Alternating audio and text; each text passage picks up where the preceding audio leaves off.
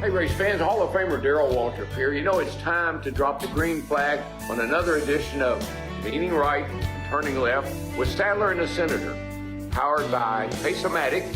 So, hey, pull those belts tight one more time. Here's my buddy Hermie Sadler and Senator Bill Stanley.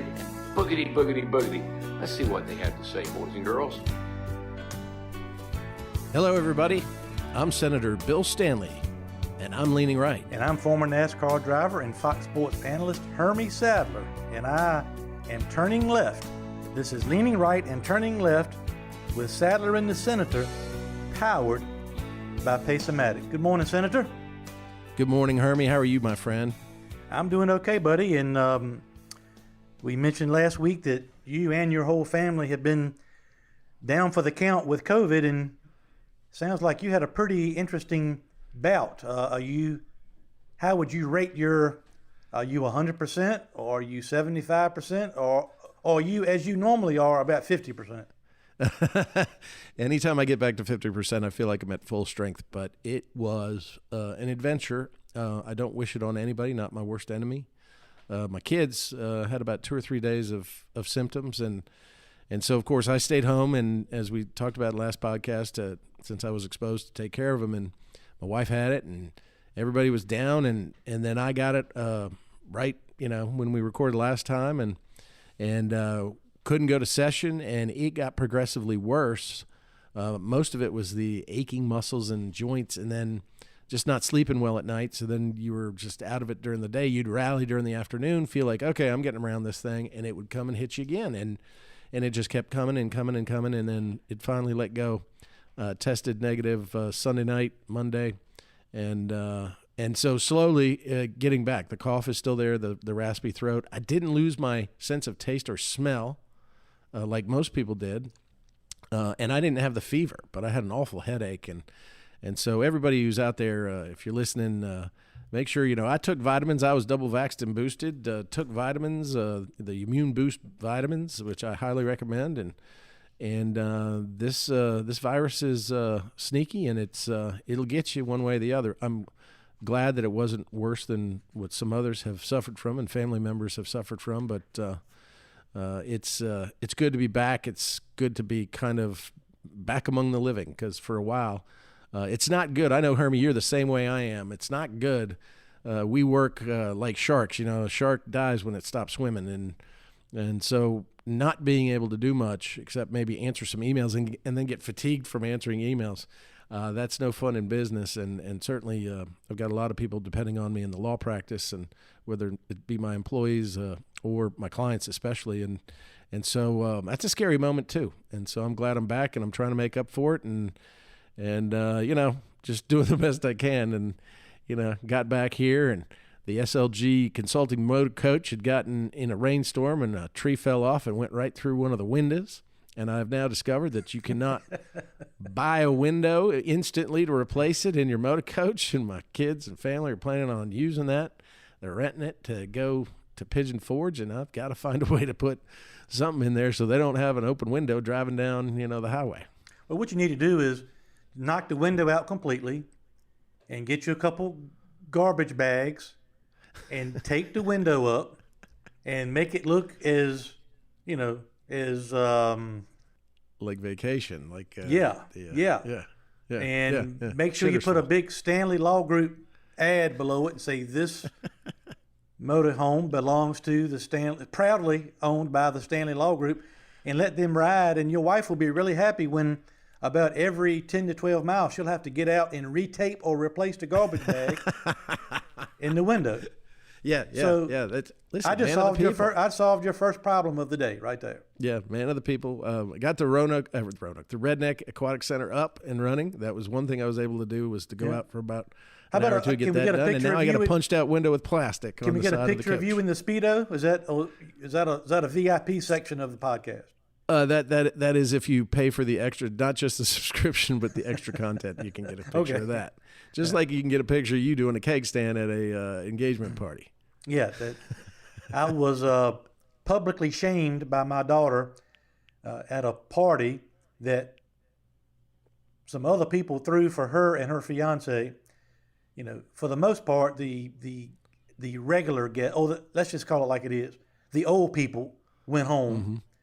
And as soon as the last old person left, the music cranked up, and about 15 minutes later, Cor and Cameron were walking over to me telling me, we think you need to do a keg stand at the party. And I'm like, I don't think that's the best idea, but I did say if you can get your mama to do it, then I'll do it, because I knew that would be a shoe-in. Yeah, but that's an easy out. The remainder of the wedding party that was at this party partook in that, and so it was good entertainment. It was, but not something that I felt like would be a good idea for me at the time.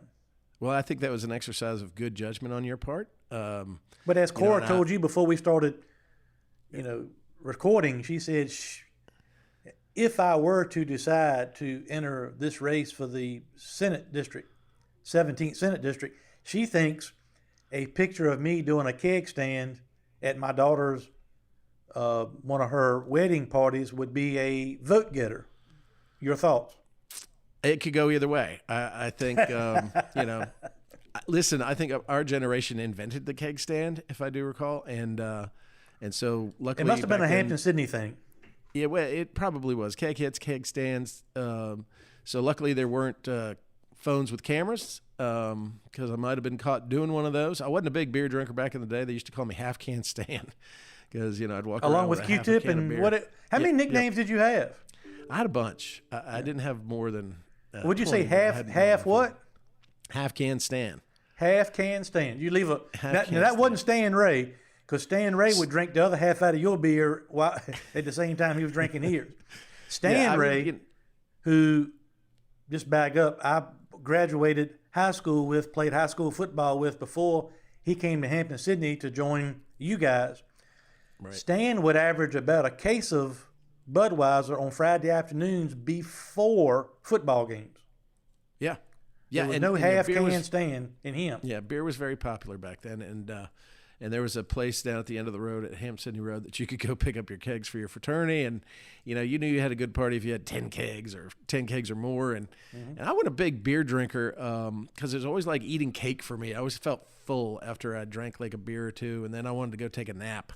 And so, but you had to walk around, so I would take, like the red Solo cup, and I'd drink about half of it, and my fraternity brothers would grab the cup, and it'd be warm, or the beer, and it'd be warm, and then that's how I got the nickname Half Can Stand, because I just still walk around with it in my hand. Write that down. Half Can Stand. Half Can Stand. Q-Tip. Stand, Q-Tip. Swab. That's what they called me. And too, then instead of the Q-Tip. ones I heard around the General Assembly last time, S.O.B. Let me write that one down. I know who you heard those from. Yeah. Hey, look, we got a great guest today. Wait a minute, Hermie. I know we do, but before you get there, Hermie is a name that comes from Herman, comes from your father. That's a great tradition there. But when you have a name like Hermie, do you ever get a nickname, or is Hermie pretty much encapsulate all of it? I mean, did you have nicknames? I mean, not a consistent. I'm like you in my life. I've been called lots of things, and I answer to most all of them. But I haven't. Nothing that rivals Half Can Stand, Q-Tip, or SOB. Okay. Well, yeah, because it seems like if you got a name, and like then Hermie, one lady I talked to in the General Assembly said cocky SOB. So I don't know. Yeah. Scuzzy.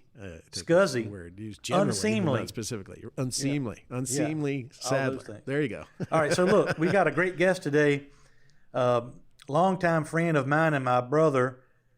Actually has been involved in racing with our family really since the very beginning, back in the Wood Brothers days when Elliott went to drive for them. Brett Griffin, who, what a life story he has. We want to hear from, we will ask him about his days prior to being involved with Elliott and my family, and since mine and Elliott's retirement, what he's doing. And he's become not only a podcast star, but a TV star and all things in between. So I know you are excited to speak to Mr. Griffin about his podcast and what they're doing, and maybe get some feedback from him on what we're doing. But we will not be short on stories to tell with Mr. Brett Griffin coming up. I'm so super excited about this because, He's awesome on Door Bumper Clear, the podcast through Dirty Bone Media. But even better, and something my son Chandler and I love to watch, which is on FS1, which is Race Hub. They do Radioactive, and it never fails to have a bunch of Brett Griffin quotes, usually to Clint Boyer, he and a back and forth between Boyer and him. And he never disappoints. And what you like is just the way he calls it, whether he's sitting in the spotter stand or the way he's calling the race a day or two after on Door Bumper Clear. Some people probably don't like, and probably in NASCAR don't like, his honesty, but I think that is not just refreshing. It gives you a perspective of NASCAR that's outside probably the corporate norm, and some people could take even what he says as maybe he doesn't like NASCAR. I think it's because he loves the sport so much that he talks the way he does, and in the end result, he makes it better for everybody. So no, you've brought on some great guests here. I know you've gotten excited about at least one or two of mine, but when you told me Brett Griffin was coming on, I was super, super excited and big fan of his, and probably will just sit back and let you guys talk and just soak it all in, as everybody listening to this podcast should. Those are going to be some great stories. That'll be fun. Before we get to that, we have a leaning right and turning left moment. You want to get your sponsor plug in, and I've got a question or two for you for your leaning right moment, Senator Stanley. All right. Well, of course, my leaning right moment is brought to you by Charlie's Waterfront Cafe in beautiful downtown Farmville, Virginia, where I might have or might not have done a keg stand or held a half can of beer throughout a whole fraternity party. The beautiful Charlie's Waterfront Cafe also has the tasting cellar in the basement. It's in an old warehouse right next to Greenfront Furniture's warehouse. Great food, great entertainment, great ambiance.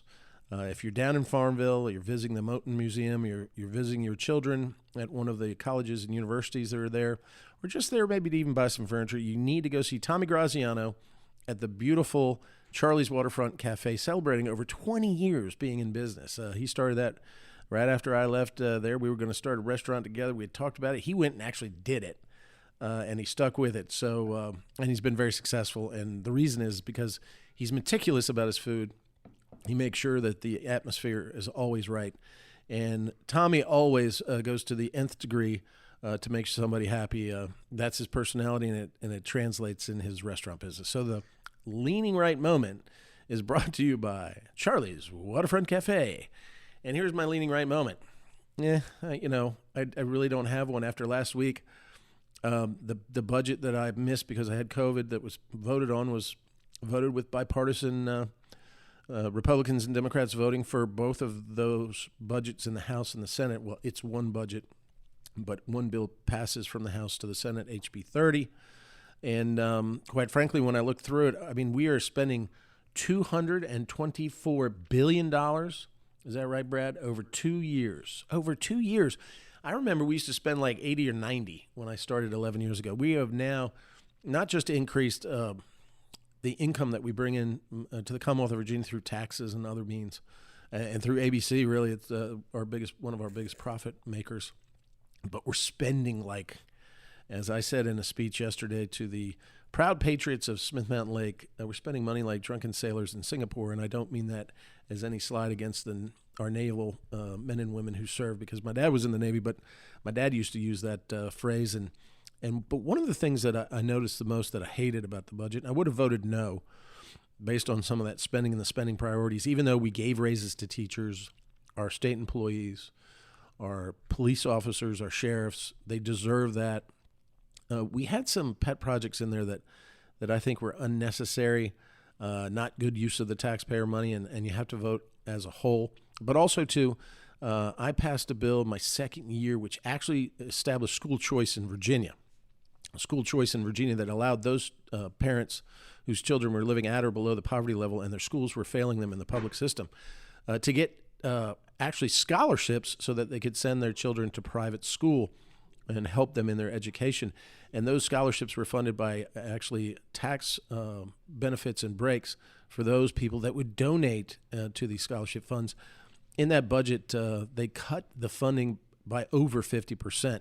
And so for my Republican friends, I would say that you may have voted for the budget for raises for sheriffs and teachers and the like, and some spending priorities, But we missed on not having the gas tax in there, the governor's priority for the gas tax. We missed on not totally eliminating the grocery tax. And quite frankly, if my Republican friends are saying that they're for school choice, they really, really missed this one, because it basically is gutting a bill, a law that I created and fought for and fought tooth and nail to get through, and barely got it through back then.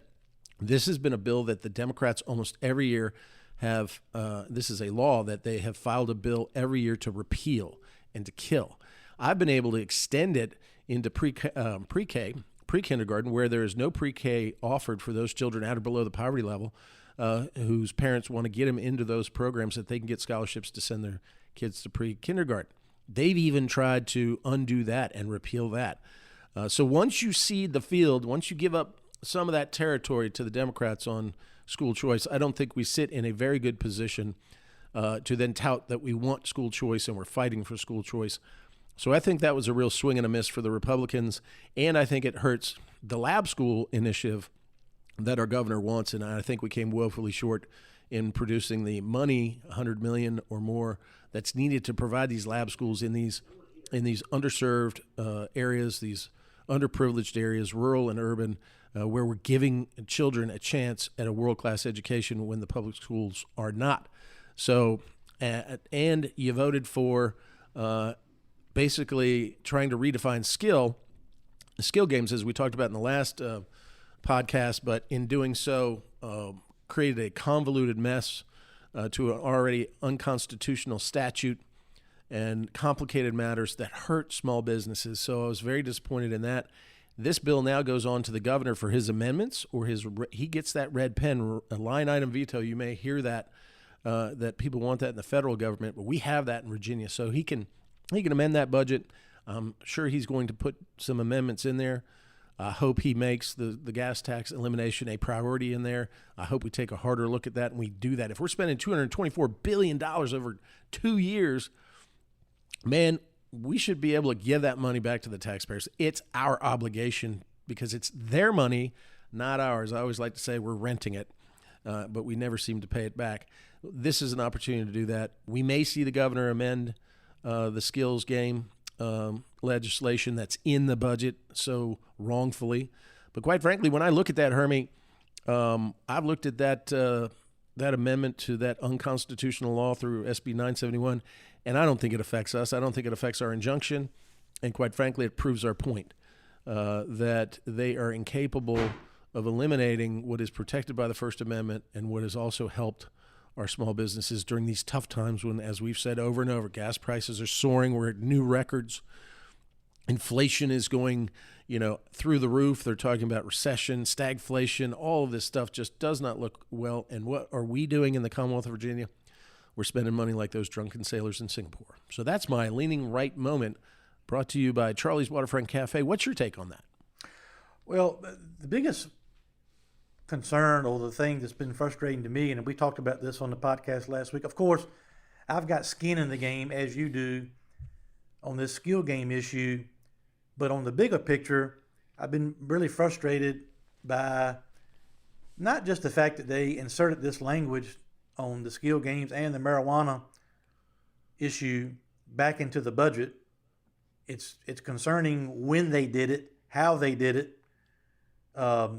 As a citizen of the Commonwealth of Virginia and a small business owner, just the whole fact, they had a plotted, planned, carefully crafted scheme to put this stuff in at a time and a place when it tied the hands of the people we elected to debate and vet and vote on these issues in the budget. And the leaders that put that in all intents and purposes, handicapped you guys as elected officials from doing the job of the people of the Commonwealth of Virginia by putting that in there the way they did in the budget. And so I'm just fearful that, take my personal interest in skill games and set it off to the side.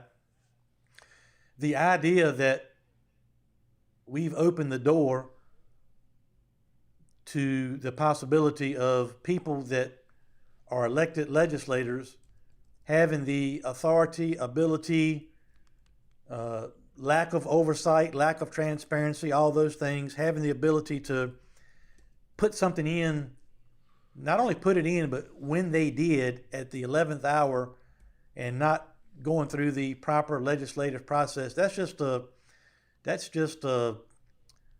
precedent that scares me to death. I don't know another way to, to say it. So if they start having the ability to do that, what's the point of having a legislative session? What's the point of having the General Assembly session? If those 3 or 4 people are going to have the authority to do that, why spend 90 days over there in the General Assembly? That's the frustrating part for me. Yes, I am working, as you are, trying to protect the rights of people and small businesses and all those things.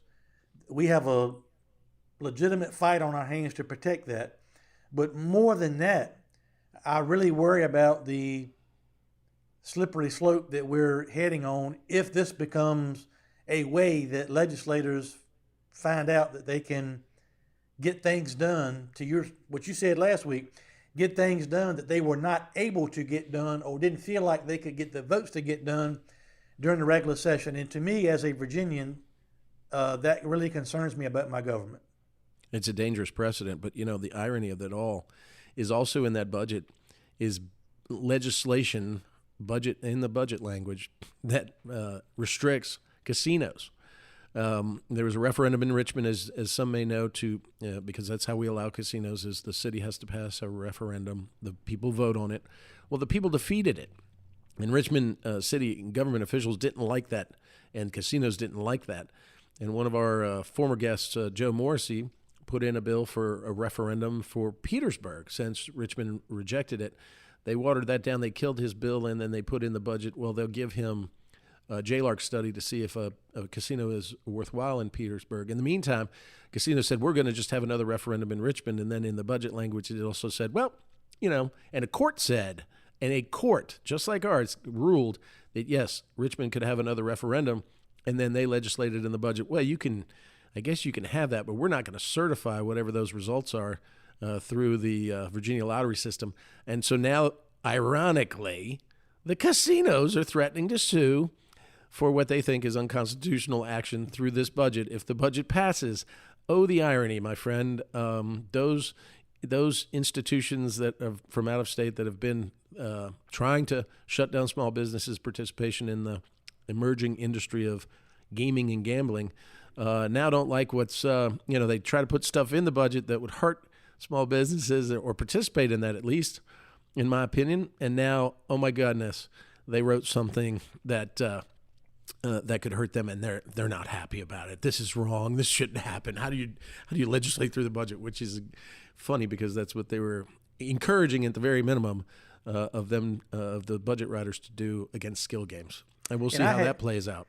I have periodically on social media, when I have seen some of these people, legislators, on both sides of the aisle, and I want to be clear in saying that, it's legislators on both sides of the aisle that I have concerns about their protection of our rights as individuals and as citizens and as business owners. But occasionally when I get the opportunity, I'll see a legislator go on Twitter and make some comment about something that's important to them and kind of go out and, they want to go out and say, hey, I voted for this or I did this, and hey, look at me. Next time it comes time to vote, look at what I did. And I'll ask them a question and say, oh, by the way, Mr. or Mrs. So-and-so, while you're on social media, do you mind telling me what is your interpretation of the skill game language that's inserted into the budget? What do you think it means? And what are your thoughts on the Commonwealth of Virginia, the budget legislating, putting policy in, especially when there's ongoing litigation on certain issues? Can you comment on that? And I get crickets. So, that's a interesting concept as well. But I appreciate the update. I tell you what I'm going to do, Bill. We want to get our guest on. My turning left moment which I'm close to getting a sponsor on, by the way, my turning left moment, I want to include people's reactions and fan reactions to the inaugural Cup Series race at Gateway just outside of St. Louis. And I know Brett Griffin was there. So with your permission, we'll go take a break and bring Brett Griffin on as our guest, and I'll do my turning left moment with Brett and get him involved on helping us break down the good, the bad, the right, the wrong, the pretty, and the ugly about the racing out at Gateway as part of my turning left moment. Do you agree with that? Permission is granted. I think that'll be a great add-on and a great perspective to add on to your turning left moment. So let's do that. And I'm just so excited. I'm going to be a fanboy over here. I'm just going to be like, Red Griffin. We'll take a break, but before we go, I want to say that Pace-O-Matic is an entertainment company which develops gaming software that players love to play and can use their skills to win every single time. Plus, these games of skill provide vital revenue to keep family-owned businesses like bars, restaurants, convenience stores, and truck stops thriving. We appreciate Pace-O-Matic for powering Leaning Right and Turning Left with Sadler and the Senator, and we'll be right back with the legendary Brett Griffin. Are you feeling stuck making minimum payments on your credit card debt? SaveWithConrad.com can help, and you don't need perfect credit or money out of your pocket to do this. NMLS number 65084, equal housing lender. Oh, and did I mention no house payments for 2 months? Get rid of your credit card debt and lower your monthly payments right now at SaveWithConrad.com. Hi, folks. This is Hermie Sadler. Thanks for listening to our all-new podcast, Leaning Right and Turning Left with Sadler and the Senator. I hope you are enjoying the show as much as Senator Stanley and I enjoy bringing it to you. Whether you're a family traveling together or a truck driver hauling freight up and down the highway, I hope you will take the time to visit one of our Sadler Travel Plaza locations in Virginia and North Carolina. Sadler Travel Plaza locations are licensed dealer locations for Pilot Travel Centers, and we also carry Shell Motiva petroleum products for our four-wheel friends. We pride ourselves on providing one-stop shopping for service, food, and entertainment. Our food options include Five Guys Burgers and Fries, Quiznos, Dairy Queen, Hermie Sadler's Faux Show Bar and Grill, Victory Lane Restaurant, Hunt Brothers Pizza, Dunkin' Donuts, and much, much more. Our locations include Sadler Travel Plaza in South Hill, located off I-85 at Exit 12. The Sadler Travel Plaza of Emporia, which is conveniently located on Exit 11B off I-95, and Sadler Travel Plaza on Highway 58 in Suffolk. We also have our North Carolina location, Sadler Travel Plaza in Dunn, North Carolina. That's Exit 75 off I-95. We appreciate all of our customers, and Bill and I appreciate you listening to Leaning Right and Turning Left with Sadler and the Senator, powered by Pace-O-Matic.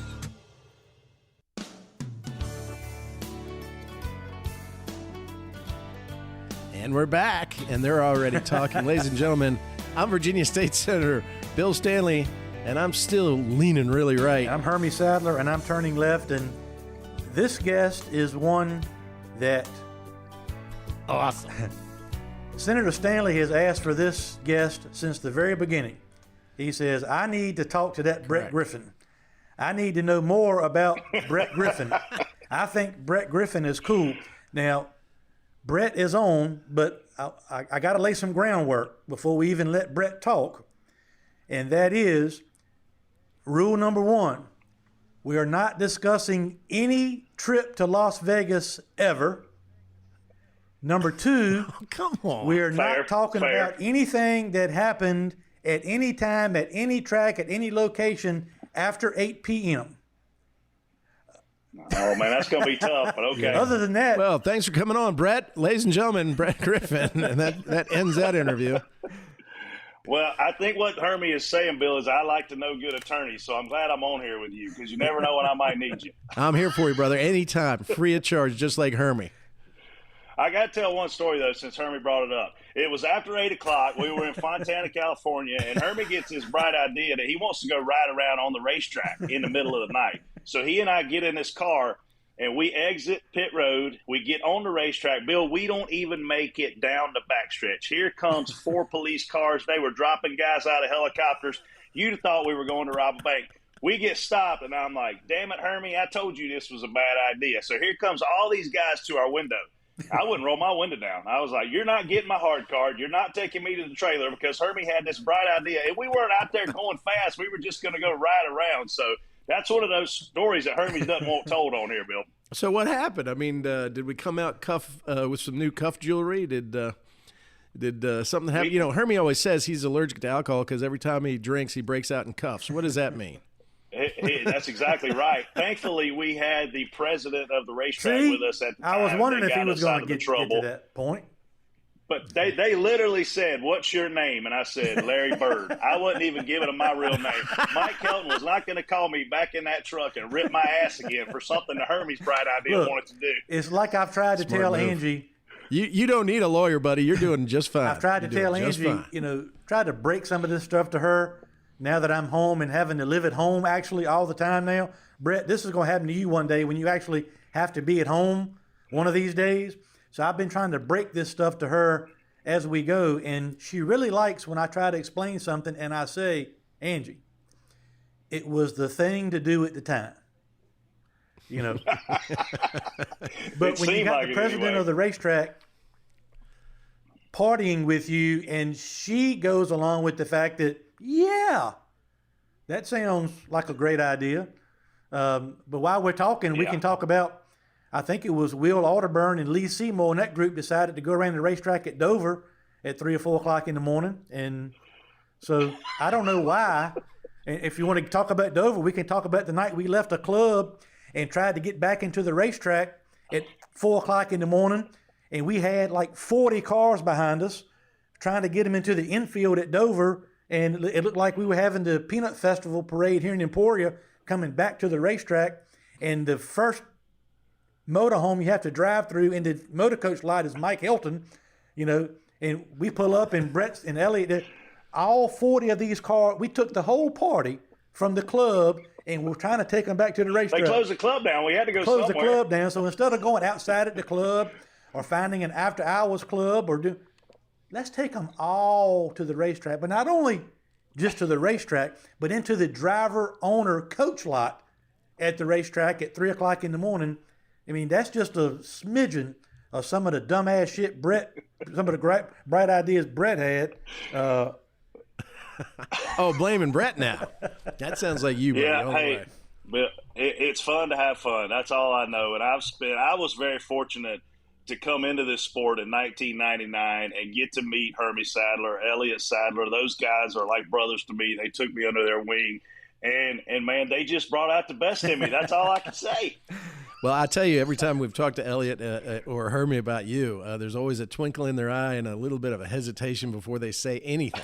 So that usually means that it's that old saying when you're in the jail cell and you look to your friend and he's right next to you and you go, "We f***ed up." And how we get out of this? Look, I do want people. We got some great stories to tell, and Brett, I'm curious to get your insight on what you're seeing today at the racetrack. We follow along. I hadn't been to the track in a while, but tell everybody, give us a shorthand version. You mentioned getting started in 1999, but give our fans and listeners and viewers on this particular podcast a quick recap of your life, what got you into racing, a little bit about your time with Elliott and since Elliott retired and what's going on today. Who to the few people who don't know who you are, let's tell them. Yeah, so obviously Brett Griffin, come from Pageland, South Carolina, small town, grew up around a lot of dirt track racing. Started going to NASCAR races when I was 4 years old, fell in love with the sport, got really lucky. I mean, a small town kid that got into NASCAR a couple years out of college. I was 23 years old, went to work for Citgo Petroleum and Band-Aid brand doing their marketing and public relations, and their two drivers at the time were Michael Waltrip and Elliott Sadler. So I got my start there. 2 years later, man, was so blessed to go to work for Elliott directly as his business manager and agent. He and I had a 20-plus year career together, side by side. In addition to going to work for him as his manager, he actually asked me to come be a spotter too the exact same year. That was 2001, and I'd only spotted 2 races in my life, and they were both for him. And so when he asked me to spot, I'll never forget, I was standing in my bathroom naked about to get my shower when That's he a called good me. visual. And he's like, hey, I know, it's a great visual, ain't it? A round is a shape, right? So I'm like, man, how do we do this? And I'm like, man, Elliot, I'll do it under one condition. You can't fire me as your business manager and spotter on the same day.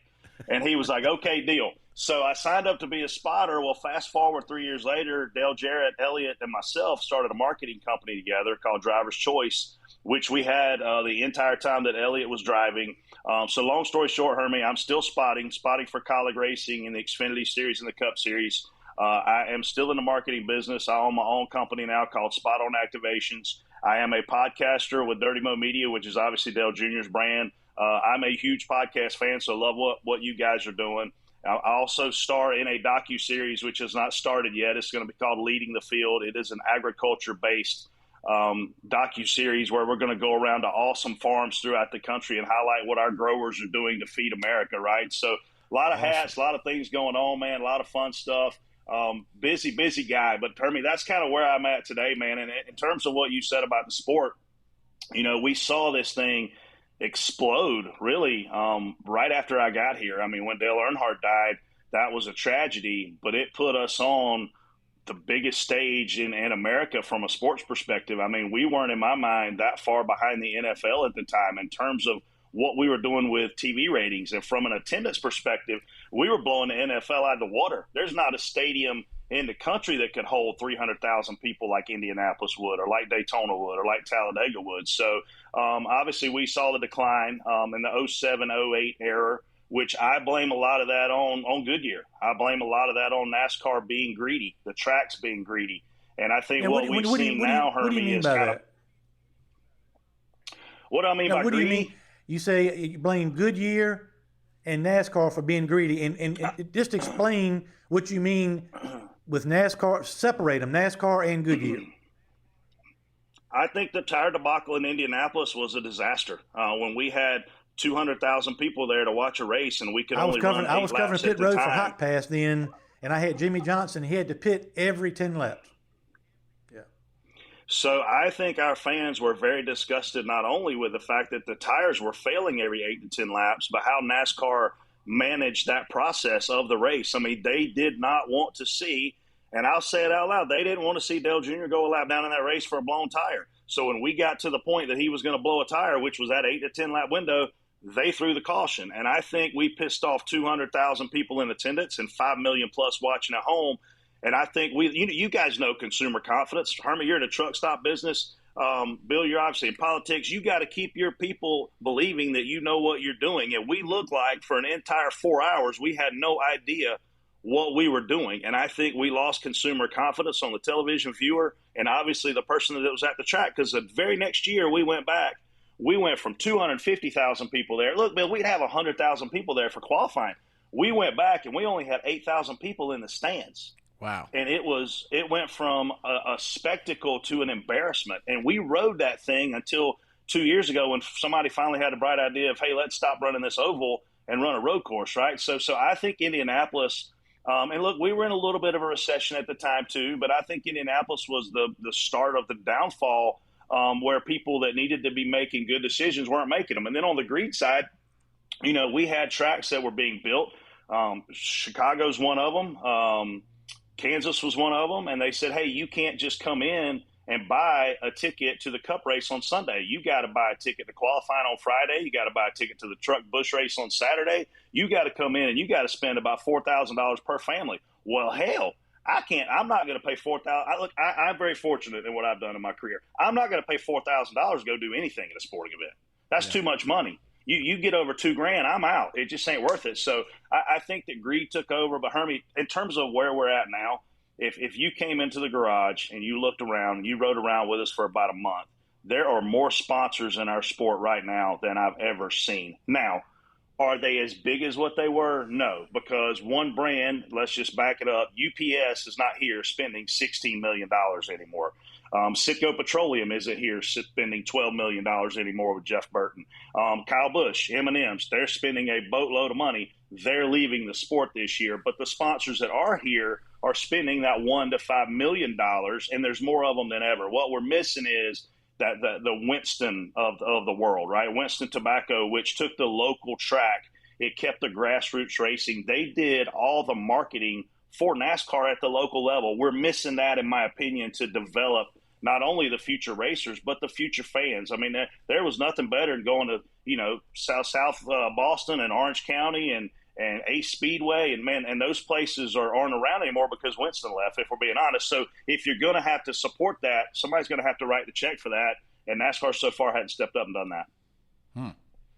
And that's amazing, too. Hermie and I have really taken it upon ourselves. I passed a road piece of legislation to celebrate the NASCAR Heritage Trail in Virginia. We were doing the same in North Carolina to try to save these small tracks. And there is that lack of support there, and I think the numbers dwindle. And what we've forgotten is that at the grassroots level in politics, that's how you win elections, by the grassroots. And for the sustainability of this sport, which we all love so much, you got to get back to the grassroots level, because that's where the interest started. That's where you're going to get the young people, I guess, interested again to want to sit in the stands rather than watch it on TV or be looking at their phone the whole time. You've got to create that fan experience that you were talking about, and NASCAR's really got to take that on. I don't think individuals like Hermie and I, without other support, can do it. We've got a great primary sponsor in our race team that does open wheel modifieds that sees that, but you've got to have that other support. So you're spot on, if I may say. Yeah, there you go. So, and one other thing too, I mean, when you look at our sport, there are various times in our sport where various drivers propel it to the next level, right? You look at what Jeff Gordon did in the 90s, and a lot of people don't realize this, man. When Casey Kane showed up, he was like the modern day new kids on the block for our sport. All of the teenage girls in America went crazy over how cute Casey Kane was, and he was this shy kid that when he put his helmet on could run 200 miles an hour and spank your ass.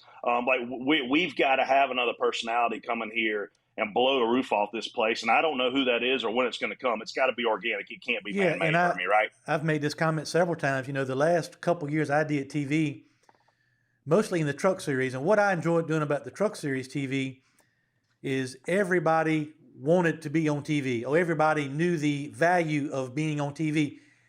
Qualifying shows, practice shows, we tried to go to and get people that we wouldn't typically talk to in a race broadcast to get them experience being on TV, talk about their sponsors and teams. But 75% of those drivers, while I'm sitting there talking to them before we come on the air, I'm sitting there trying to, break down the barrier or loosen them up, you might say, to get them to talk, and those kind of things. And that's one of the biggest things I hear is personalities. The other thing I hear, Brett, because I know one of your friends and partners is involved with this too, there's this constant push in NASCAR about diversity. I know Bubba Wallace gets a lot of attention. I'm curious with you, outside of Bubba Wallace, I know Haley Deegan, you're affiliated with her. Who has the next chance from a diversity standpoint, whether it be minority, female, that kind of thing? Because the push is always to try to get not the hardcore fan necessarily, but the mainstream sports fan to pay attention to NASCAR. So if it's not a driver that's quote unquote just an unbelievably over the top driver, say maybe like a Zane Smith or somebody like that, who seems to be who everybody's talking about, who on the diversity side or the minority side or the female side, who's the next one that has a chance? Because ultimately you got to have success on the track, right?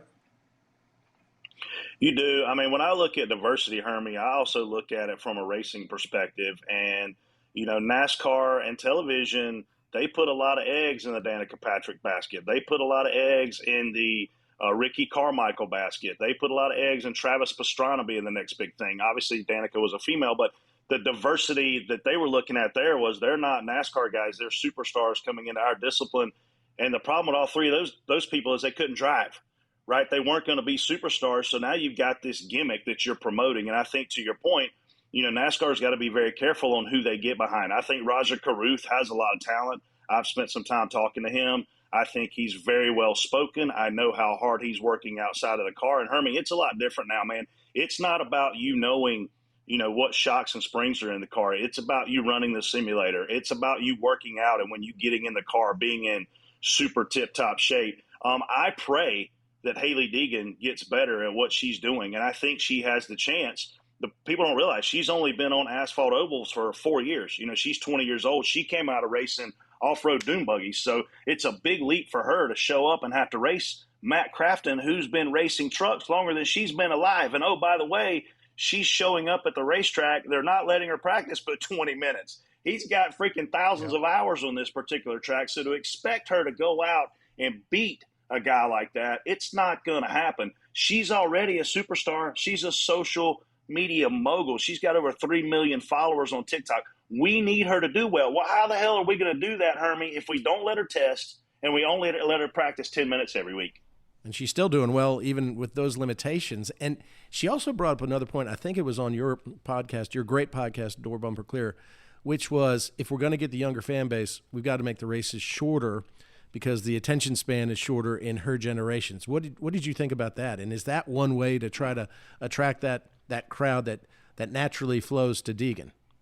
Here's what I'm going to say about that, Bill. She's only 20. Okay, so I'm going to assume that she's not doing what I was doing when I turned 21. When I went to a NASCAR race at 21 years old, I took 13 cases of beer to Talladega Superspeedway on the top of an RV, and I was glad it was 3 days and not 2 hours. So I think she's probably missing the bit a little bit there. Where I think she's 100% right, though, is that younger demographic, our cell phones have to work at these facilities, and they don't. And until the states and the tracks and the owners of the tracks get behind that. Look, man, they had freaking 300,000 people in Indy, and 5G and Wi-Fi worked all day long. I was at St. Louis. Wi-Fi worked all day long, and it was because of the investment that the track made. If Charlotte Motor Speedway, that's been paid for 30 years, isn't willing to go out and spend the money to make our cell phones work, young people aren't going to show up. I remember back in the day, Brent. And one would think too, and Hermie, at least with my kids, if you get the kids out there, my kids are recording what's going on the track, and then they put it out on a social media platform, and they get hundreds and thousands of views, and that's bringing more attention to NASCAR. They're your best marketers. Yeah. They're your best marketers. And it's there. free. Absolutely. It's earned media. I remember back in the day, Brett, back in the Nextel days when they first came in, they had the little Nextel phone walkie-talkies. You go to Talladega, and I guess it was on purpose, but the only phone that would work was the Nextel walkie-talkie. And if you didn't have one of those at the racetrack, you weren't talking to anybody. And I'm talking about not only communicating at the track, but your family at home or anything. I mean, those little walkie-talkies and those phones were the only thing that would work. So that's a great point. Brett, I want to bring up something, and I know we both love the sport and want to see it do well. And I think there's traction and momentum now that we haven't seen in probably 8 or 10 years in some ways. But somebody who is not talked about enough in my mind that finally got some recognition this last go around with the Hall of Fame voting, I think it is one of the people that has been maybe underappreciated as much as anybody in my lifetime with NASCAR is Mike Helton. And yes, he is a guy that was connected with the drivers, kept the line of communication open with the drivers, but also could get things done on the corporate level too. And I think we miss some of that now with the upper brass that we've got. I know Mike's still involved in a degree, but I don't think it was by chance that some of the strongest years in NASCAR was when Mike Helton was in charge, because to me, he just had an ability to talk to me or you or to the president of Fortune 500 companies, fans, and everybody in between. I just think he was a great mediator among everybody involved, and I'm just curious your thoughts on Mike and him getting this award with the Hall of Fame recently. Yeah, I don't think, Hermie, nobody in our garage demands the amount of respect when you're inside of that chain link fence of Mike Helton. I mean, if he looked at me in the garage, I was like, oh shit, please don't walk over here, because that means he's going to do something. He literally was an intimidating figure. Now, outside of that chain link fence, I'd have a Jack and Coke with him. He'd sit around and laugh and all the things. But, Hermie, to your point, Mike Helton was the first non-France CEO of NASCAR, and he came in and he very much deserved that title, and he took us to the next level. When Brian France got in trouble up in the Hamptons with the authorities, that put Brian France out of his position. And honestly, I was happy for NASCAR that was happening. I wasn't happy this guy was going through this on a personal level, but for the sport, we didn't need a guy that appeared to be unstable running our sport. Well, in reality, when Brian France went out the window, I think Mike Helton went out the window with him. And it wasn't because Mike did anything. I just think that's the point where, Jim France and Lisa Kennedy and Ben Kennedy now and Steve Phelps, I think that's when kind of the new regime came in and started molding things. And for whatever reason, maybe it was on Mike's accord that he wasn't around as much, but I think that's kind of what opened the door for him to be less involved in all these major decisions. When I finish the race these days and I get to the airport, Mike Helton is already there. And that tells me that he's not involved in all of the things that are going on at the racetrack, because those people get to the airport at least 30 minutes after I do. And that's amazing.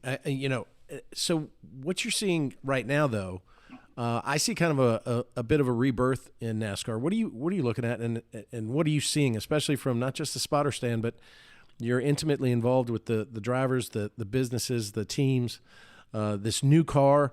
Where do you think we go from here in order to really invigorate the sport? And I say that because before you came on, I said one of the things I love about you, absolutely love, is your honesty and brutal honesty sometimes. And I think some people take it the wrong way as if you're attacking NASCAR, but I think it's because you love that sport so damn much that you're going to let them know exactly what you think. So what are your thoughts now? I mean, what is NASCAR doing better? Are we going back in an arc in an upward fashion? And if we are, how do we maintain it? Our fan base is a fickle bunch, Bill. We want more personalities. And then the minute Kyle Busch says something we don't like, the whole world wants to crucify him, right? We want more personalities. Ross Chastain drives like an idiot on freaking Sunday. He flat out wrecked Denny Hamlin. He flat out wrecked Chase Elliott. He almost wrecked Michael McDowell and Joey Logano. But when that happens, fans go crazy and they just tear him down and tear him apart. And then he gets on TV and he owns it. He's like, man, I screwed up today. I didn't drive very well. Well, then fans are like, well, you shouldn't have said that. Well, he told you the truth, right? So I thought he was faking. I thought he was faking.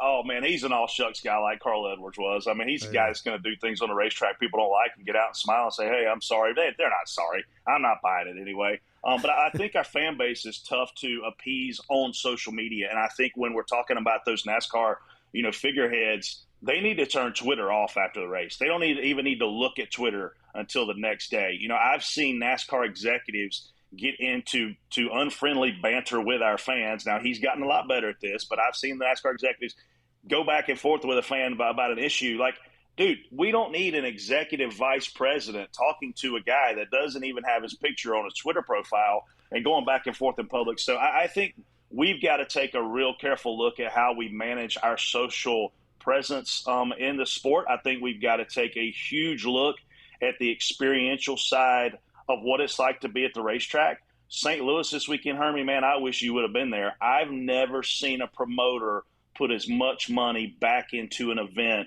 as what those guys did. They had 4 stages all weekend long with live music. And I'm talking Nelly, Old Dominion, like bands that you've heard of. When the race ended, they had 4 bands back to back to back to back that came on after the race for their 57,000 sold out crowd. So, when I look at some of these other facilities, it's obvious that they're not reinvesting a percentage of their rake into the property and into the fan experience. They're used to what Hermie and I saw happen during the 90s and the 2000s. The sponsors paying for it all. Well, they're not doing that anymore. St. Louis, Hermie, they had every single freaking local barbecue vendor there. They had local pizza companies there. If we left today and we went to the very next racetrack and that track were owned by NASCAR, you won't see that. And the reason is the space is too high to rent. They get a percentage of your sales, and that local food guy can't afford to bring his food truck out to feed those fans and make it look like it's a tractor pull or a state fair or whatever it is. So from a fan, I'm a big experiential guy, Bill. Like, that's what I do when I'm not on the roof. Hermie and I did the barn party, Sadler barn party. What was that, Hermie? 2005. I mean, that was 20 years ago. I'm big on offering fans something that they cannot typically buy, or providing them an experience that's going to leave a smile on their face and a warm spot in their heart. Our tracks have got to do a better job. I really thought, from the outside looking in, if you're checking a box on, if Gateway, which we've been there before, Elliott won the first ever race there ever. It was 200 degrees that day. People were dying in the grandstands.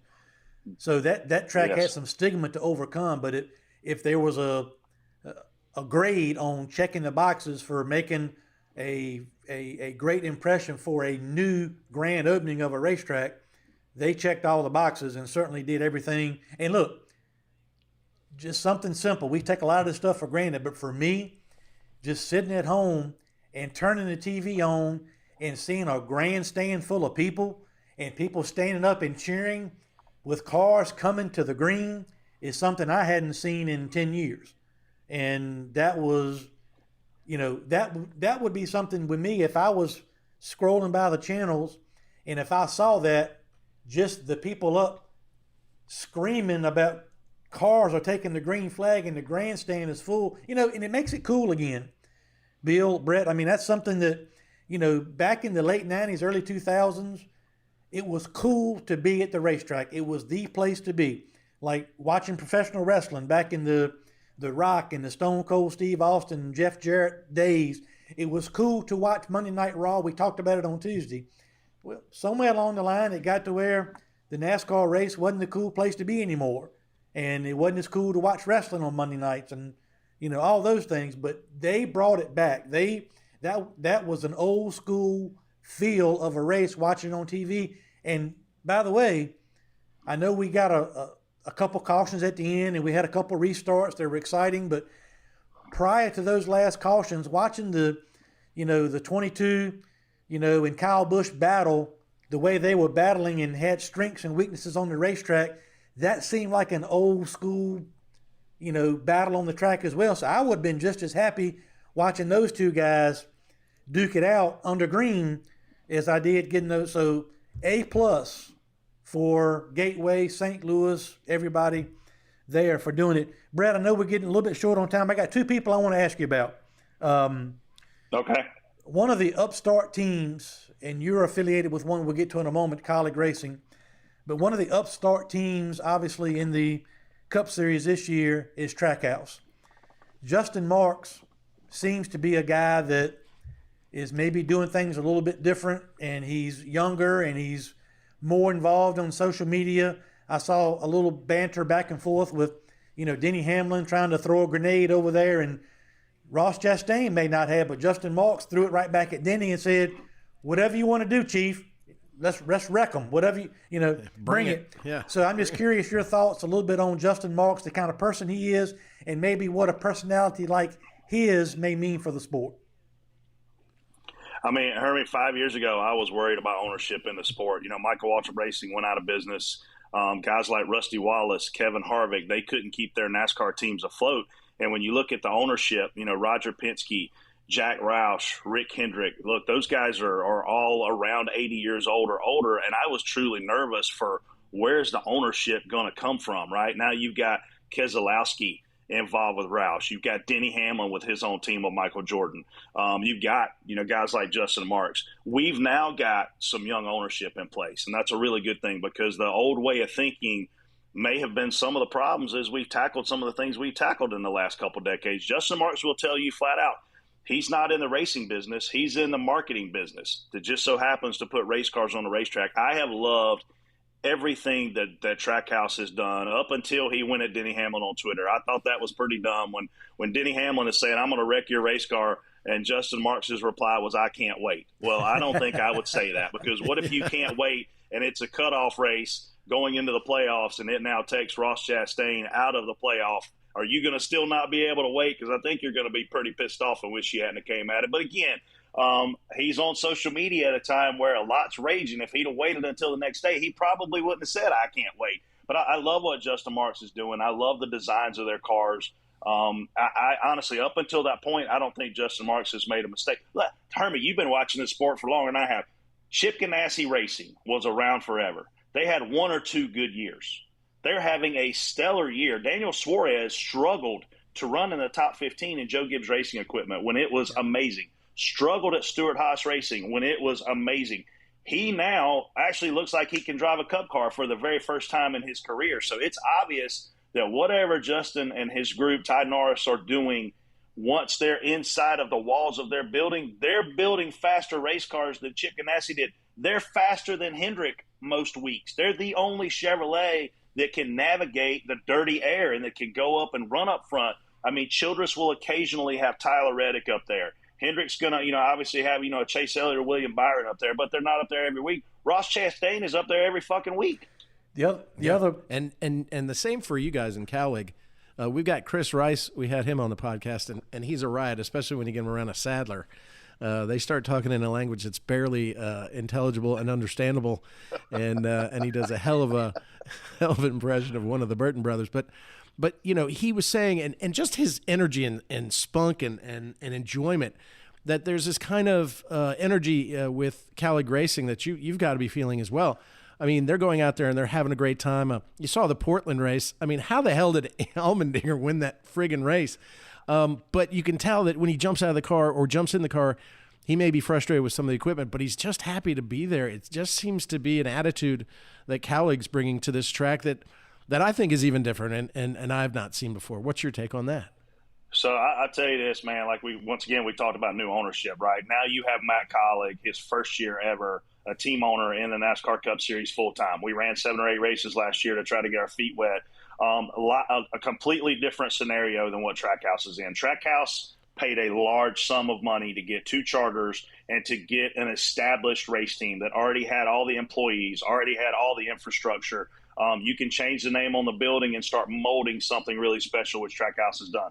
Cowlig Racing started a Cup team from absolute scratch. That is extremely hard to do. Obviously, Hermie's been a race car driver. He's been a team owner.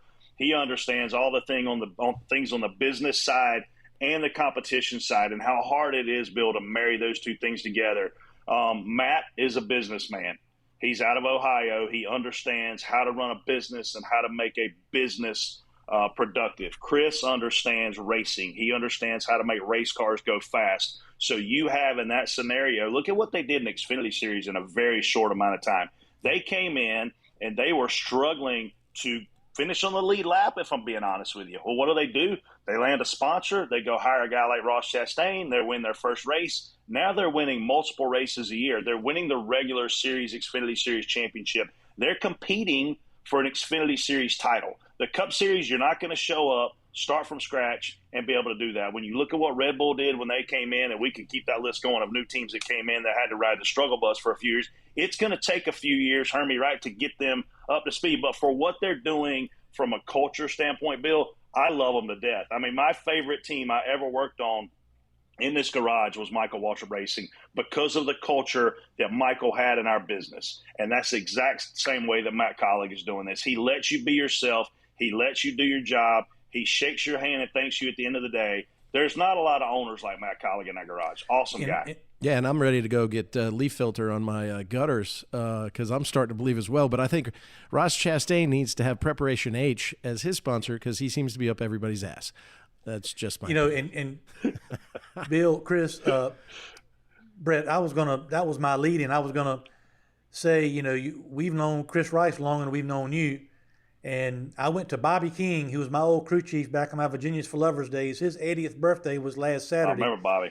And the first thing we started talking about was Chris Rice. We always knew he had the smarts and the talent and the ability, but just like me and you in some ways, he needed to grow into that role.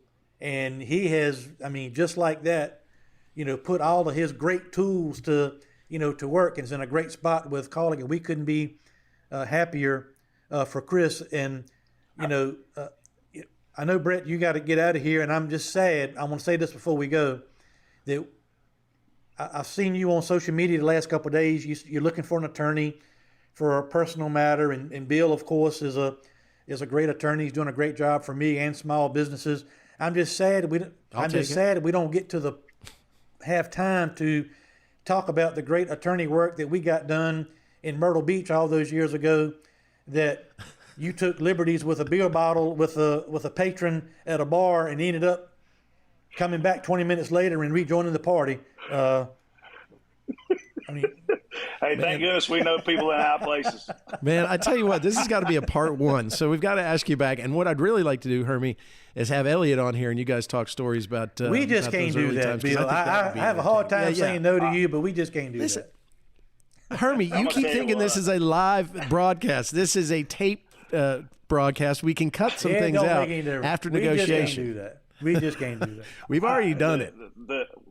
The NASCAR world changed for me the day the Sadlers left the racetrack. I miss you and Elliot, man, every single weekend. I miss hanging out in the bus. Hermie and I used to play Tiger Woods golf for money on Saturday nights after Elliot would go to bed. Like, the memories that I've got with the Sadlers is by far the warmest parts of my heart as it pertains to the sport. I had a really hard time coming back to work, honestly, in the sport with Elliot gone. I mean, he was like my brother, my best friend, and it sucked. And I'm finally now, he and I are going to Myrtle Beach next weekend together. I'm going to try to keep the beer bottles and the cops out of it. I'm 47 years old now, not 25. But, we're still close friends. But, man, it changes everything. And Hermie lived through a lot of changes in his career. I lived through – that was the biggest change in my career. I mean, having the same guy next to me for 20 years and then having him go home all of a sudden, and that's how it is. Like, boom, you go home.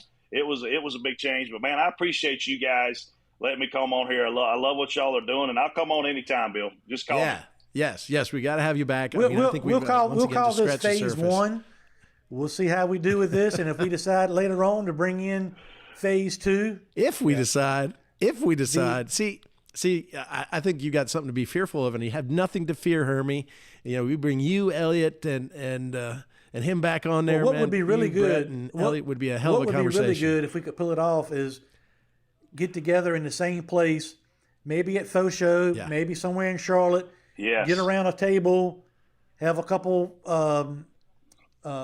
fireballs. I know Brett is a fireball expert. Loves his fireball. Maybe that might be loves his Bojangles. Something like that. But Brett, look, we really appreciate you.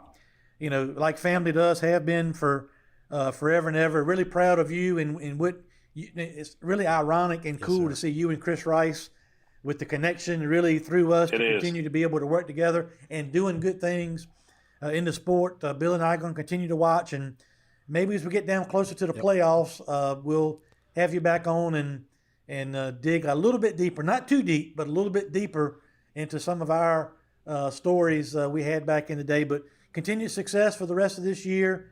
Good luck to all the colleagues. Listen to Door Bumper Clear, everybody. When you're not listening to our podcast, it is a hoot. Every single week, they never. And I'm still waiting for my the Tommy Baldwin. The Tommy Baldwin episode was awesome. I'm still waiting for my invitation to be on that, because it's my understanding, Brett, that the only time you've talked about me on there is you talk about me being fat, and I have not had an opportunity to come defend myself on this podcast. So, you know.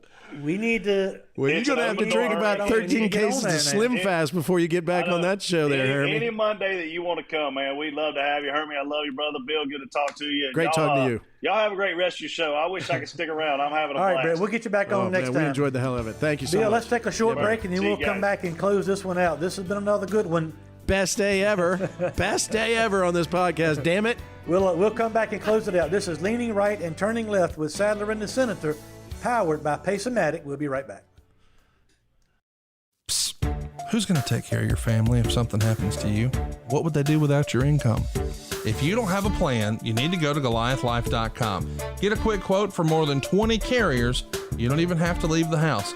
If you need a medical exam, they'll send somebody to your house or office. You're in total control. You pick the rates, you pick the payments, you pick the terms. You're in total control, but it gives you and your family peace of mind. What if something happens to your income?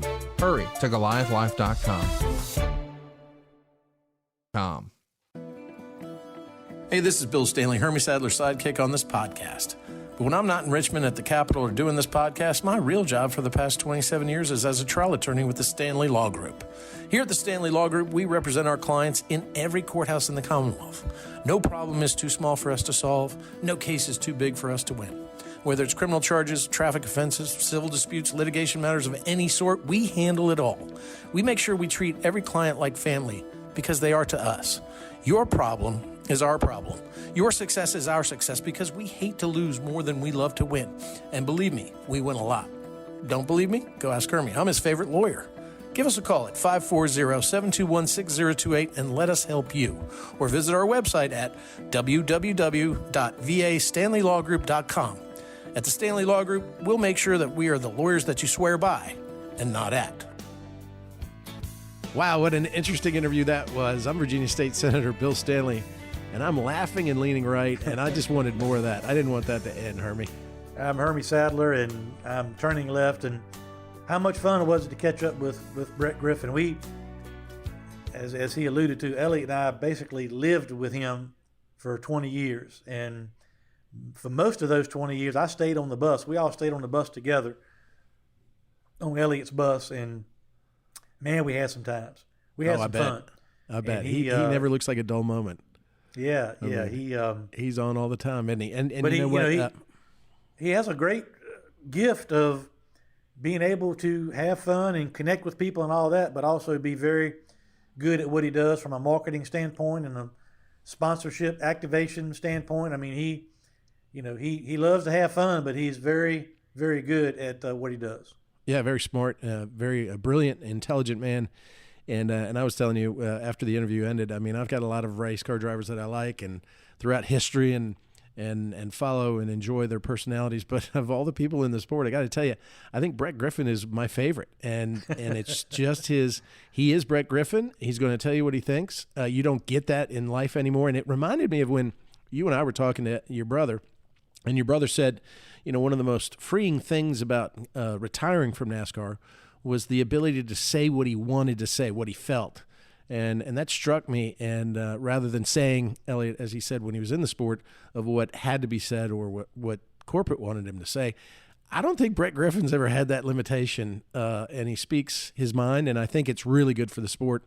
And, man, you made my day. And what we have to do this, Hermie, because this is now booked, and I've had Brad Tuesday write it down. And when he writes something down, I always say it's got to be in concrete. We're gonna go down there in North Carolina, drag Elliot with us, and sit around that table just like you said, and have the time of our lives, and probably put out about a 3-hour podcast. But it'll be the funniest podcast we've ever done. I am certain. It's something. I've lived a crazy life and experienced things and been places and done things that I never would have dreamed or imagined. And for most of those moments, Brett Griffin was there. And that's great too, and it's great to see that those bonds survive time, and they only seem to get better, even though you're not there on that constant basis. And I'm sure for you and for Elliot, during those 20 years, you probably take it for granted, and now you appreciate it more and more when you have these moments with your old friends. Yeah, it's it happens just like that. Elliot and I talked on our probably very first podcast or second podcast about when it was time and why it was time. But the one thing that I miss is my friends. And I've said this not only on this podcast, but I say this just about every day to somebody, whether it's racing or otherwise. The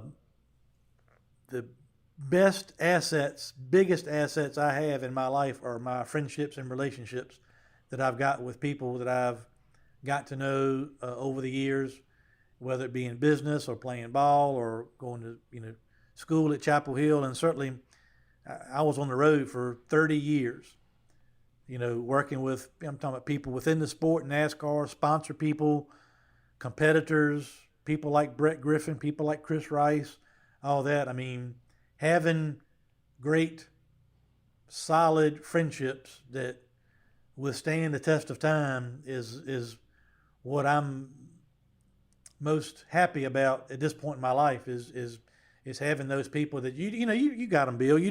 There's a certain, we all have lots of friends. You're in the public eye, I'm in the public eye, and we have lots of acquaintances, I'll call them, but you've got those few people, friends that that are just solid, that are there, you can count on, and they're there for you. And we share those bonds, Elliot and I both, with that core group of people, and I consider you to be one of those friends as well, Bill. And that's really when it's all said and done, and when the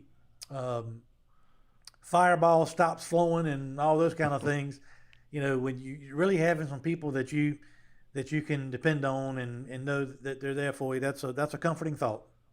It's worth more than any amount of gold in a bank.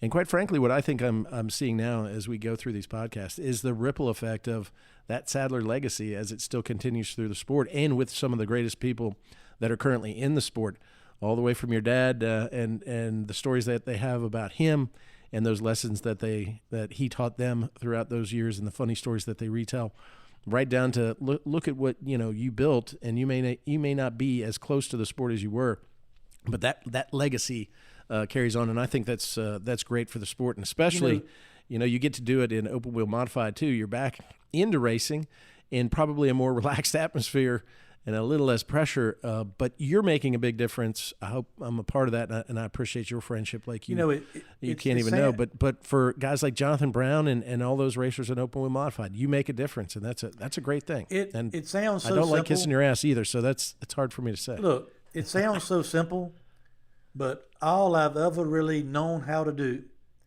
is treat people the way that I would want to be treated, period. And treat people with respect.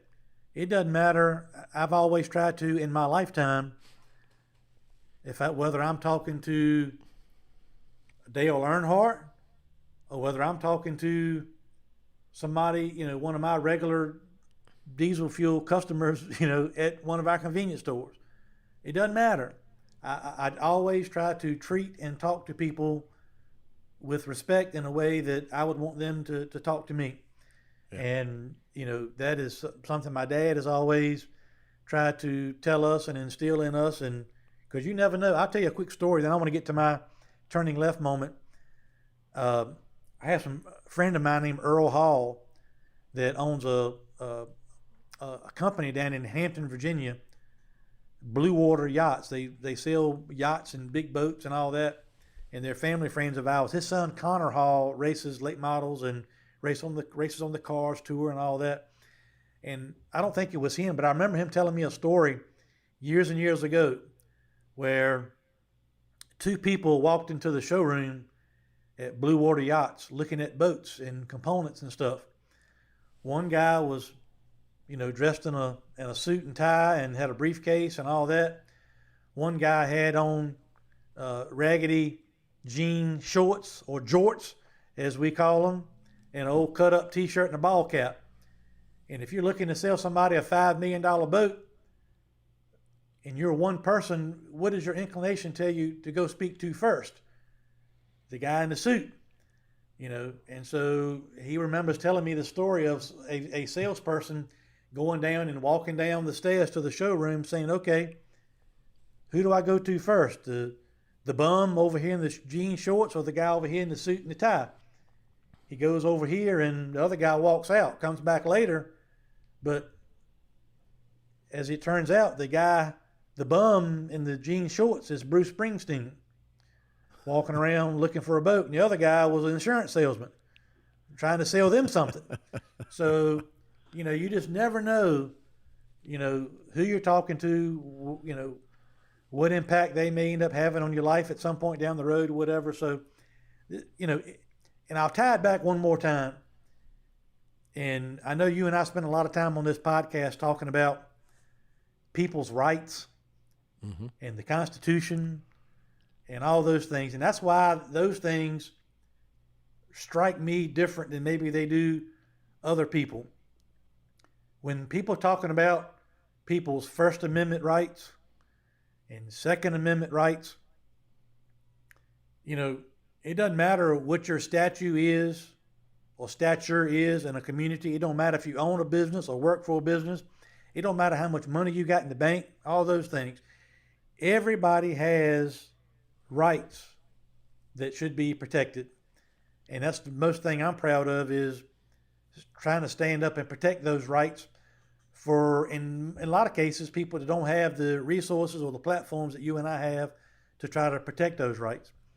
And so I just believe in everybody should be treated equally and fairly, regardless of any other kind of standing, and that's important to me. And totally so agree. Totally agree. That's one reason why I'm glad that we have this platform to discuss these issues. So let's talk about leaning left. And by the way, turning left. We don't lean left on the show, dude. Sometimes I lean too, especially when I was hanging around Brett Griffin. I would lean left and then wobble back right. But turning left, we want to talk about, and I mentioned this when Brett was on here, what a home run. When I look at, and I didn't see all, let's set the stage. The Xfinity Series raced in Portland road course. I just wasn't thrilled with that race. Of course, weather had something to do with it, but when I look at whether or not I'm excited to see the Xfinity Series return to Portland, I'm kind of, it didn't do much for me. But when I look at the job that the people with Gateway and that racetrack and the show they put on for the entire weekend, culminating with which a race I really enjoyed on Sunday, then I think they earned a return visit from NASCAR in a big way. So I hope that works out. But I met with two different people last week, Senator Stanley, because I know you brag about your sponsor on your Leaning Right moment every week. And although Mr. Talley has been filling in his weekly quest to try to recruit me to run for Virginia State Senate. You're talking November about the Lee 2023. Harry Talley coalition to draft Hermie Sadler for the 17th Senate District in Virginia. Right. Is that right? Right. That's right. Great organization.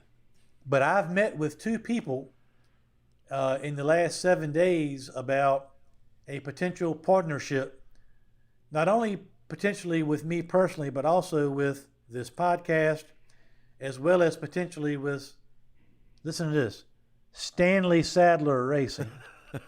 I'll say that for you. No. I'm feeling better now, so you can go back to the Sadler Stanley. I'll give you one more week just to make sure. I'm trying to pump you up one more week. Thank you, brother. But I may have a real live paying sponsor for the Turning Left moment here in a couple weeks that may be not only sponsoring the podcast, but maybe be on Jonathan Brown's Open Wheel Modified in races to come.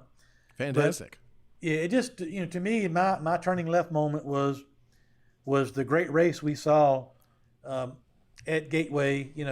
I've raced on that track multiple times. As I mentioned with Brett, Elliott won the inaugural race at that facility back in the late 90s. I'm just guessing around 97. I'm not sure the exact year. But what I remember about that day was the hottest I have ever been in a race car in my life. The racetrack was coming apart. It was so hot. The pavement on the racetrack was coming apart. And that happened all day. And it literally, they had a couple people with heat strokes that passed away. I mean, it was just so hot. Yeah. And I remember I had a cool vest on that quit working, and when I actually took that off when the race was over, it peeled the skin off my chest when I pulled it off that day. And I remember also not only Elliott winning, but we were planning to leave from there and go directly to Indianapolis for the next weekend's race. And so we actually stayed over on Monday and did a brake test. We were seating in brakes and stuff, and we did it early in the morning. So that racetrack had a stigma it had to overcome as well from being, hot in the middle of the summer. And so the timing of the race was good. The weather was good. The race was good. The promoters, did a great job. They brought John Roberts and Kenny Wallace back and did a kind of a makeshift speed stage like we used to perform at, back in the early 2000s, and brought that back, and fans came out in a big way. It just had an old school vibe to it, weekend to it, and fan interactive things to it. So congratulations to everybody involved, and also congratulations to Joey Logano, who withstood not only a battle, with Kyle Busch, and then a couple of restarts at the end, some old school crossover moves by both drivers in the closing laps to get that win. But congratulations to him on a win, another win this year, another win at an inaugural Cup race at a new racetrack for that series. So all in all, it was a really good weekend when you look at what they were able to pull off, and having the Cup Series perform there, and performing very well. And NASCAR's got some momentum now, and so I hope they're able to keep it going. Yeah, and people are talking about it, and that's what you want, talking about the race after the race. And one of the things I loved the most was when on TV during Stage 2, they brought Kenny back into the booth, and he was awesome. And I must also say, Kurt Busch did the truck race, and he was awesome. I thought he was perfect, loose, brought the right temperament to the booth, which may not always reflect his temperament, but he was hilarious. Kurt Busch was great. But then Kenny during Stage 2, I was laughing the whole time. He was perfect. He was timely.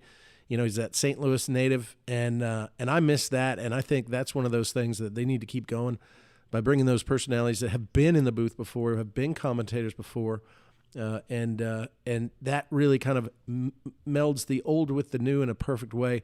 And Kenny Wallace has, one of the best perspectives I've ever listened to when it comes to racing and life and everything in general. And I could have told you, like I told when Kenny and I were talking, if they're going to do a St. Louis race, they need to do it before or around Memorial Day and no later, because it gets hot. My dad and my family was from, his side of the family was from Hannibal, Missouri. And let me tell you, we go in there in July and August, and I mean, it was furnace hot, like Sahara Desert hot. And so that's not a time to race in those kind of conditions. It's just the way it is. It's kind of like in a bowl, and it's just hotter in that area than it is in the surrounding areas. But I was really impressed with that. I remember racing in that race and being under caution. And back in those days, and they got better systems now, but we had systems where you could take air from the outside of the car and roll it through a cooler, like a cool system, and have a hose on top of the helmet to run cool air into the helmet.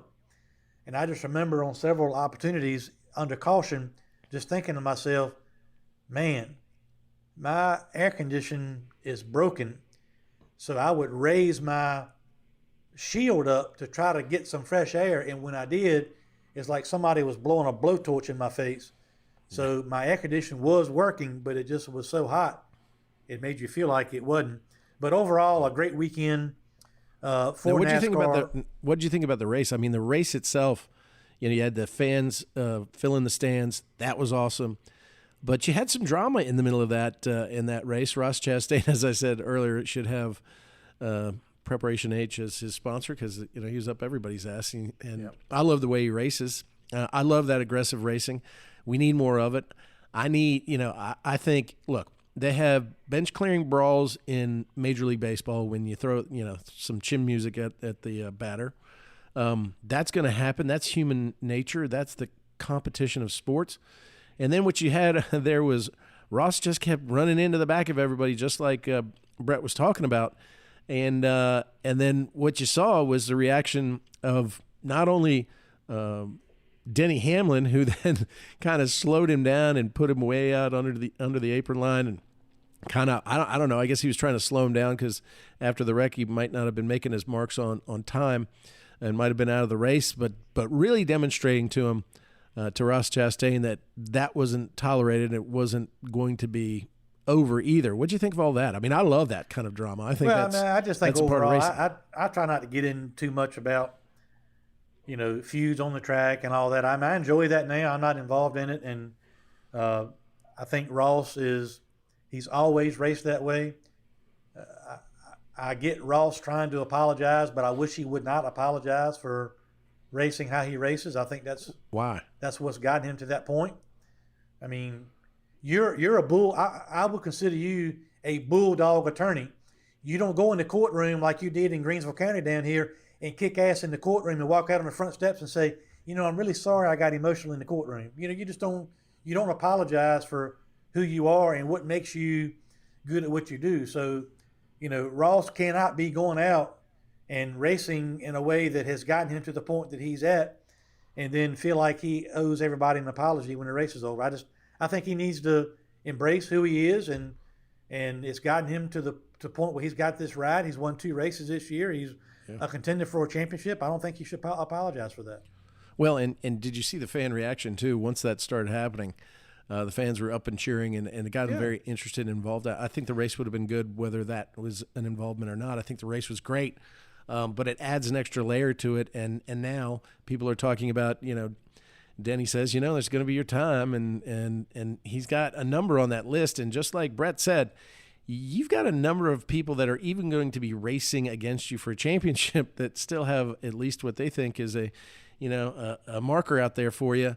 That's going to make it, I think, a little tougher for Ross. What do you think NASCAR does? Do you think NASCAR is going to try to, break bad on him, or are they going to let him race and let it work out the way it should work out normally? NASCAR always, they slap you on the wrist and then pat you on the back at the same time. NASCAR is in the entertainment industry, entertainment business. The things you're talking about, the drama on the track, is entertaining. So sometimes they have to pretend like they don't like all that, but all that's great for people to talk about, and that's drawing people back to the racetrack. So, NASCAR needs to stay out of the way and worry about this new car and trying to correct the issues with that, and let the stuff on the track, play out how it's supposed to. But I've enjoyed the race. I enjoy the racing, and as I said a couple times already, I try to just sit back and not try to find something to bitch about when I watch racing. I just sit down and try to be entertained, and that's what I've done recently. And I've enjoyed the on-track product for the most part this year. I turned the Xfinity race on at Portland, and they were riding around in the rain, running 30 mile an hour, and I turned it off. But the Gateway race I enjoyed, the truck race I enjoyed. But I try to be more like that now. Just sit down and be entertained. That's what I try to do. And I like to finish too, because you have 2 of the guys that are some of the bad boys in racing. Racing for the checkers, and you have Kyle Busch right there, and you've got Joey Logano racing, and they raced clean. I thought it was a really a technician's finish for racing, and I thought that was a real big thing, and a real good way to end that otherwise excellent race. And I agree with you totally on what St. Louis did. Makes you want to be there, and I think all our fans, every fan of NASCAR needs to understand, to support NASCAR and to support the product they're putting on the field, on the track, in the lower series, you need to go out there and support your local stadiums, your local tracks, and your local drivers and your NASCAR drivers. So it's great to see. I like to see that turn around a lot. The one race I did like a lot was the truck race. And I think there's a lot of guys in that truck race that maybe aren't ready for truck NASCAR series racing, but one young driver that I've been watching, and especially my heart broke the week before when he lost at the end, was Carson Hocevar, and he got hurt right there at the end too. A pretty big crash, a pretty violent crash, and I understand maybe he broke an ankle or something. So certainly we're thinking about him. But he, that you can see in whether it's Haley Deegan or Carson Hocevar, you can see a lot of those personalities that you and Brett were talking about that you need to have in NASCAR coming out of the truck series.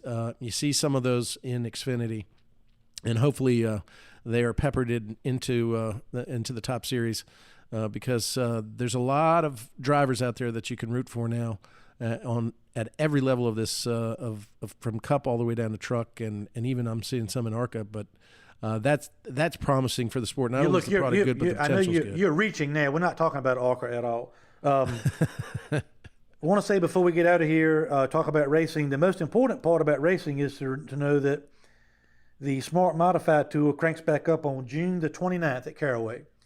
So we've had a little break, a little vacation from Stanley Sadler Racing, and look forward to getting Jonathan and the team back on track June 29th at Caraway. So those of y'all down in that area that want to go see some great open wheel modified racing, make your plans to be at Caraway on June 29th to watch the. That's a Wednesday, is it not?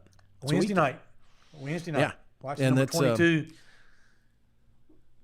Watch the 22, but you won't see the SLG Consulting coach. It'll be in repair, trying to get a new window. No, just drive down there with the trash bags covered up the windows. That's how you get people's attention. Nice. do that. Bill, Yeah, it's it's a been nice good look. again to catch up with you another week, buddy. I'm glad you're feeling better. And I have so much fun doing this, and today was great. With Brett, and the challenge we have now is finding somebody next week that's going to be even better. So good luck with that.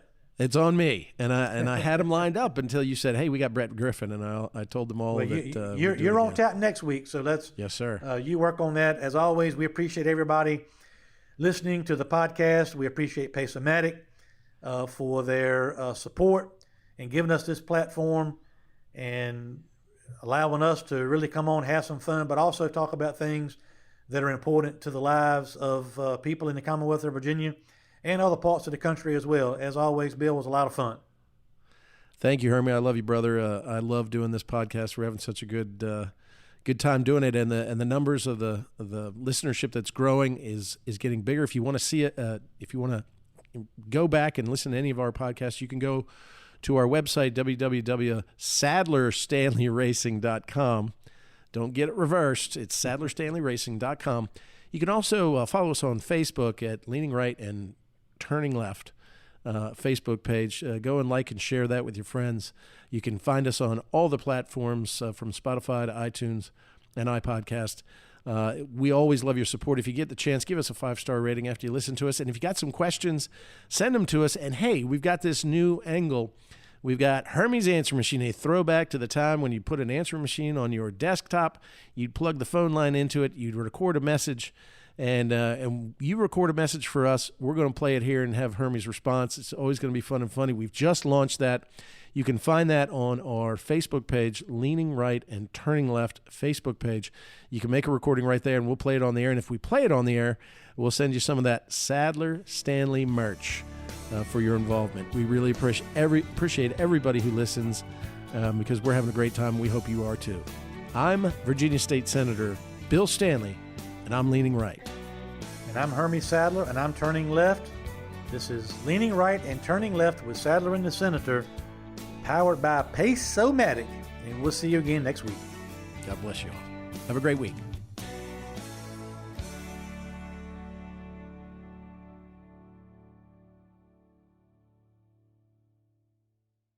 Get the house you want with the payment you want at buywithconrad.com. You don't need perfect credit or money out of your pocket to do this at buywithconrad.com. NMLS number 65084, equal housing lender. The first step to buying a house is buywithconrad.com.